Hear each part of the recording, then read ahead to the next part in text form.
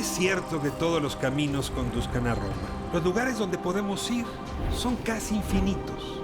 ¿Ya decidiste dónde quieres ir hoy? Piénsatelo bien para no equivocarte. Toma en cuenta que el tablero de ajedrez ha cambiado. Hoy el rey se ha enterado que va desnudo. Y cuando el poderoso lo olvida, la verdad se encarga de desnudarlo. Hay que tener talento para pensar fuera de la caja, para combatir los prejuicios, los ajenos, pero sobre todo los propios. Cada quien posee una pieza única del rompecabezas. Por eso intentamos dialogar, para armarlo juntos. La palabra nos libera y la conversación nos empareja. Aquí no hay lugar común. ¿Qué tal? Buenas tardes. No hay lugar común el día de hoy con Ana Balbona. Ella es escritora catalana, española, y gracias, digamos, a estas ventajas de las plataformas hemos podido ampliar este circuito de entrevista y traerle aquí a su pantalla justamente estas conversaciones.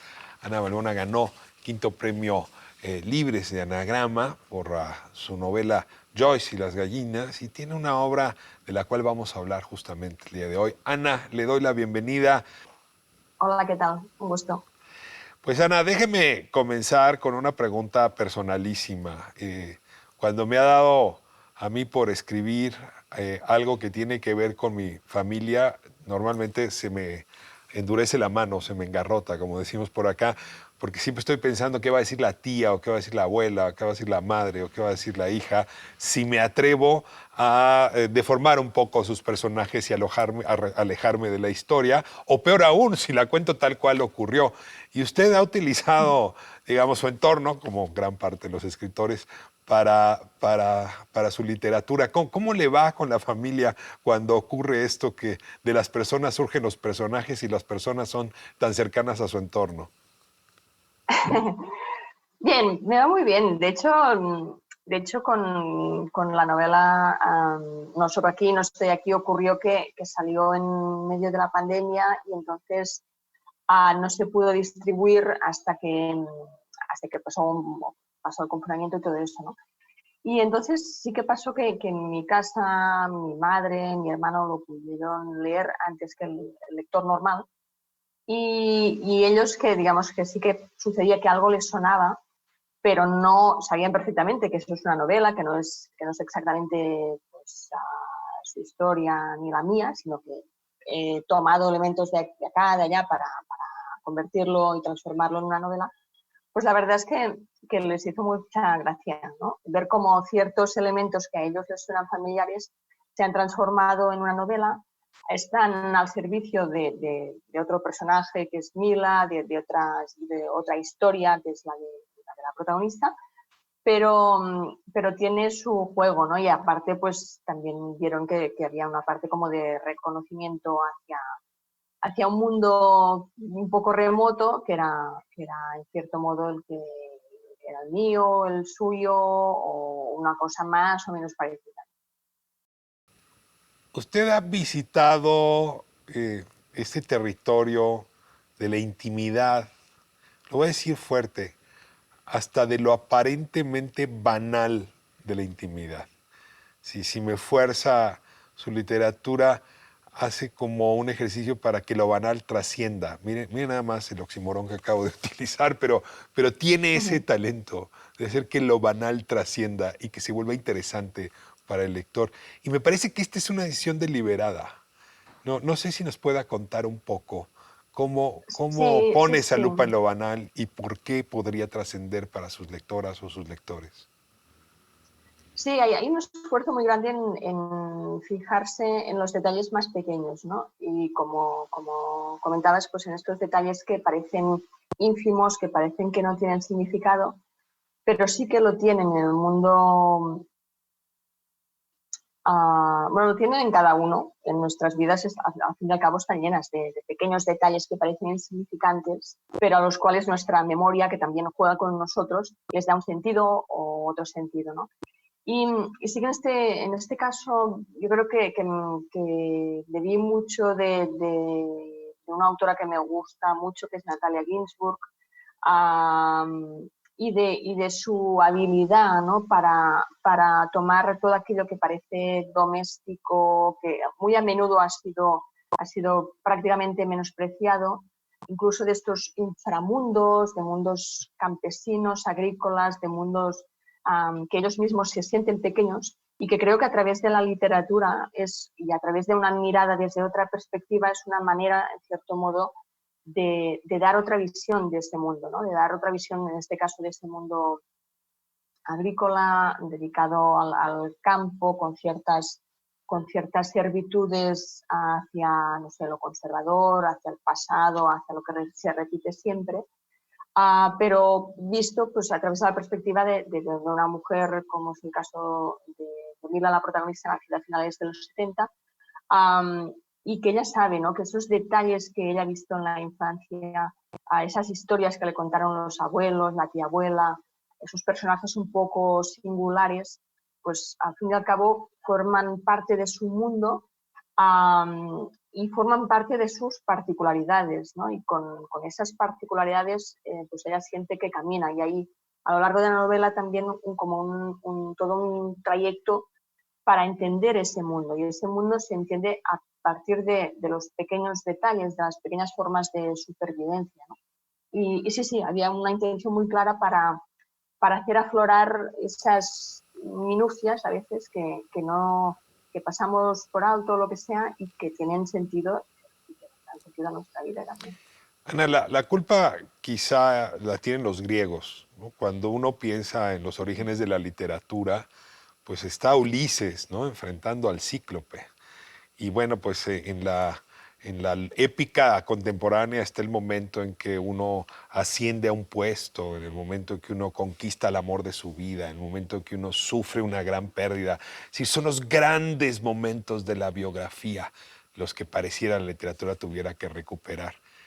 Y de alguna manera usted está yendo a contracorriente. No, no sería la primera, ¿no? Quizá el Ulises de Joyce ya hizo alguna vez este mismo esfuerzo, y mucha otra literatura del costado íntimo, pero sí le pregunto, ¿cuál es el truco para que quienes leemos su literatura dejemos atrás al Ulises de la Odisea y pensemos en el Ulises de Joyce más íntimo, más en el detalle cotidiano, casi escatológico?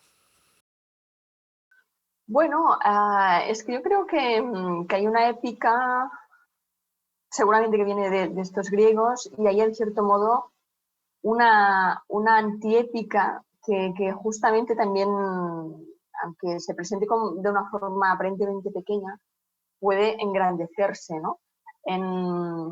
Claro, en mi novela hay momentos que seguramente están en la vida de otras personas, o sea, de la mayoría de personas, ¿no? Las primeras veces, la primera vez que alguien fuma, la primera vez que alguien hace el amor, pero, pero todo esto son elementos que en cada uno resuenan, sí, resuenan de una forma diferente, y también depende mucho del contexto, y después de otra cosa que es clave, yo creo, en cualquier historia, que es cómo se cuentan, ¿no? En mi novela, el momento este de cuando Mila, cuando esa pequeñaza en ese momento, pues va a fumar su primer cigarrillo y cuenta toda la odisea, entre comillas, para comprar el paquete de tabaco, para decidir dónde se lo fuma a solas y todo eso. Muchos lectores me han comentado que les había hecho como mucha gracia, que se habían visto en ese momento. Y es un momento que para empezar, mucha gente lo hace con amigos y tal, y la particularidad de Mila es que lo hace sola, o sea, que ya está fumándose un cigarrillo a hurtadillas detrás de un camión, ¿no?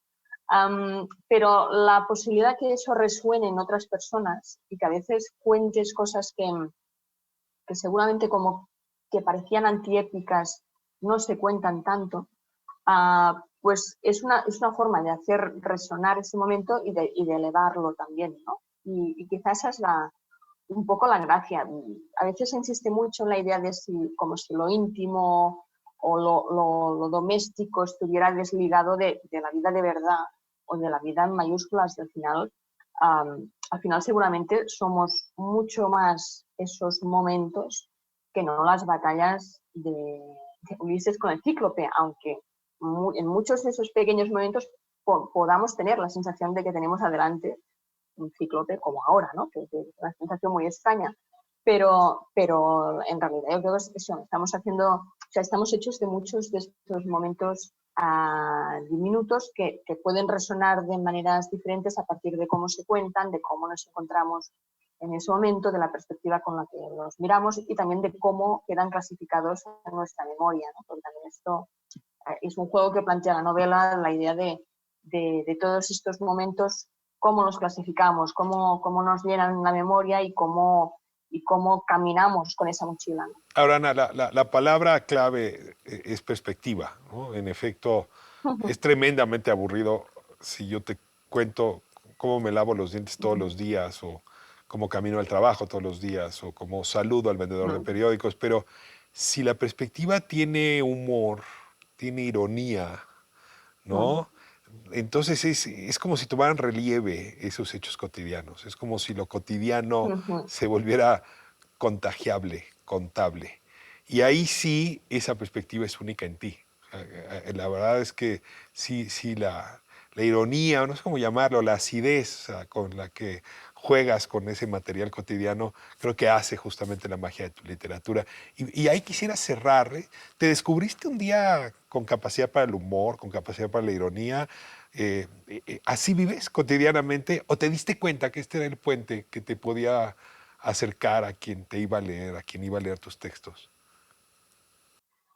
Ostras, es muy buena pregunta porque a veces me lo pregunto yo misma, ¿no? Si es que hago gracia o no. Sí, Sí, sí, haces. sí. Es decir, Es la a levadura de tu veces, letra, ¿eh? sí, no, no. Y incluso yo te diría que es como mi necesidad de cómo contar las cosas. O sea, contarlas con seriedad, con tremendismo. Es una cosa que me cuesta, ¿no? Pero, o sea, que eso forma parte como de la mirada. Y es verdad que a medida que te haces mayor, hay un momento en que te das cuenta de que en tu manera misma de contar las cosas hay esa manera de contarlas que a veces es con eso, con un punto de ironía más suave, a veces es cierto que hay un poco más de mala leche, hay un esfuerzo para tamizar esas fuerzas, también es verdad, y hacerlas un poco más conscientes, pero es cierto que para mí forma parte como de la manera de contar las cosas, ¿no? Y a veces, incluso con amigos, no sé, contando anécdotas familiares, contando historias que tienes en la cabeza, te das cuenta de que cuando las cuentas funcionan y ellos ven en lo que cuentas una ironía que tú no has decidido poner, sino que es, o sea, tú no tienes otra manera de contar esa historia que así. Y así resulta a veces que es irónica. Pero también creo que es la manera de consciente, inconsciente, es la manera de mirar ciertos temas que son grandes y que yo me los miro con curiosidad y con ganas de profundizar, pero también es una manera de mirarlos con una cierta distancia alegre, con una perplejidad que existe, pero que no deja de ser una perplejidad alegre, creo yo. Pues hay una inteligencia tuya que puede disfrutarse enormemente en esta narración y que en efecto la vuelve única.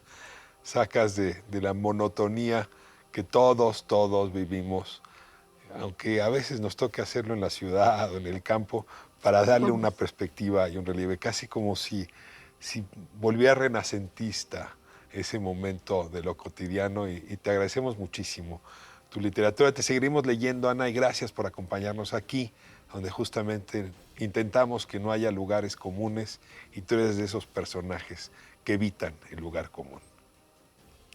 Qué bien, muchas gracias, de verdad. Muchas gracias, Ana. Pues nos despedimos. No hay lugar común. Próximo sábado, 7 de la tarde, aquí en ADN 40.